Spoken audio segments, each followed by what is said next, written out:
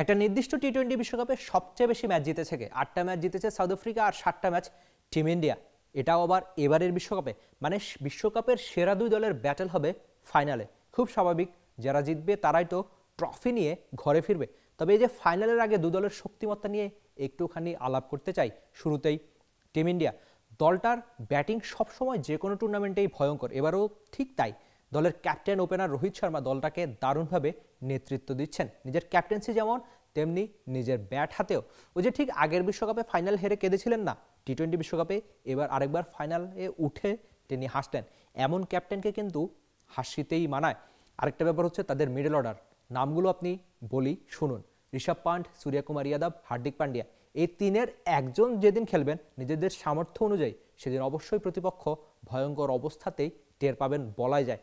এই তিনজন ভয়ঙ্কর নাম, সঙ্গে ওই যে রোহিত। চলছে প্রেডিকশন গেম নগদ অ্যাপে। প্রেডিকশন করে জিতুন জিক্সার বাইক, টিভি, স্মার্টফোন সহ আরো অনেক পুরস্কার। আর বিরাট কোহলি, যে কিনা এখন পর্যন্ত এবারের বিশ্বকাপে এখন পর্যন্ত বড় রান পাননি, তার সর্বোচ্চ 37।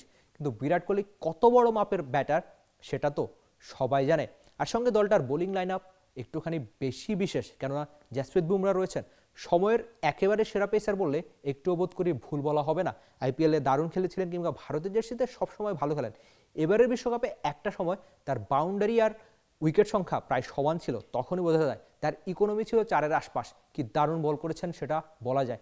আর ওই যে সেমিফাইনালে ইংল্যান্ডের সঙ্গে তাদের স্পিনাররা প্রমাণ করেছেন তাদের স্পিনাররা কতখানি ভালো।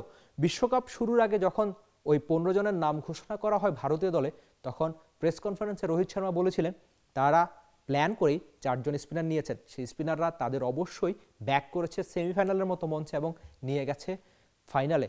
ওই যে শেষবার 2014 সালে শ্রীলঙ্কার সঙ্গে বাংলাদেশের মাটিতে ফাইনাল খেলেছিল, তারপর আরেকবার 10 বছরের একটা লম্বা সময়ের আক্ষেপ ঘুচিয়ে টি-20 বিশ্বকাপের ফাইনালে টিম ইন্ডিয়া। তবে রোহিত শর্মা ও তার দলের শেষ হাসি থামাতে প্রস্তুত সাউথ আফ্রিকা। আমরা সচরাচর কোনো বিশ্বকাপের ফাইনালে সাউথ আফ্রিকাকে দেখে থাকি না, তবে এবার পুরো টুর্নামেন্ট জুড়ে ওই যে 8টা ম্যাচ জিতেছে, দারুণ ক্রিকেটটা খেলেই তারা ফাইনালে। সচরাচর সাউথ আফ্রিকা চোকিংটা করে থাকে ক্রিকেটের যে কোনো পর্যায়ে, যে কোনো বিগ ম্যাচে, কিন্তু এবার তার উল্টো হচ্ছে। ম্যাচ যতখানি ক্লোজ, সাউথ আফ্রিকা যেন তত দারুণ ক্রিকেটটাই খেলে ম্যাচগুলো জিতছে। এবারও ফাইনালে ঠিক তাই হবে কিনা সেটা অন্তত সময় বলে দেবে। আর আরেকটা ব্যাপার হচ্ছে তাদের ব্যাটিং লাইন আপ অনেকখানি ভরসার। ওই যে ডিকক আইপিএল খেলেন কিংবা নানান টি-20 লিগ খেলে, এমনই এক্সপিরিয়েন্স কিংবা ভয়ঙ্কর ওই ব্যাটার নিজের দিনে একাই তো প্রতিপক্ষকে করতে পারেন শেষ। সঙ্গে ডেভিড মিলার কিংবা মার্করামদের মতো বড় নাম তো এই দলের ব্যাটিং লাইন আপে, সেটা অবশ্যই বলা যায়। তবে পেস বোলিং ইউনিট কিংবা তাদের বোলিং ইউনিট অবশ্যই ভারতের সঙ্গে শিয়ানে টক্করটা দিতেই পারবে। স্পিনারদের মধ্যে রয়েছে কেশব মহারাজ কিংবা তাবরেজ শামসির মতো দারুণ সব বোলার। আর দলটার পেস বোলিং ইউনিট নিয়ে নতুন করে কি বলবো, পুরো টুর্নামেন্টে দারুণ ক্রিকেটটা খেলেছেন, বল হাতে খুব ভালো সার্ভিস দিয়েছেন দলটার। রাভাডা, নরকিয়া, ইয়ানসনের মতো দারুণ সব পেসার রয়েছে এই সাউথ আফ্রিকা পেস বোলিং ইউনিটে। বলা যায় যে নিজেদের দিনে যে কোনো একজন বোলার যদি ভালো করে থাকেন, তাহলে প্রতিপক্ষ মানে ভারতের জন্য যে কাজটা খুব কঠিন হবে সেটা অবশ্যই আপনাকে মানতে হবে। তবে শেষ হাসি হাসবে কে? ওই যে কোচ হিসাবে রাহুল দ্রাবিড়ের শেষ, কিংবা রোহিত কোহলিদের শেষ বিশ্বকাপের শেষ হাসি, নাকি সাউথ আফ্রিকার অনেক প্রথমের সাক্ষী হবে ক্রিকেট দুনিয়া? আপনার ভাবনা কি? ফাইনালের ট্রফিটা জিতে শেষ হাসি হাসবে কে?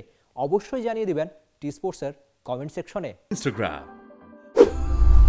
Download T Sports app to enjoy exciting games and highlights. Visit tsports.com.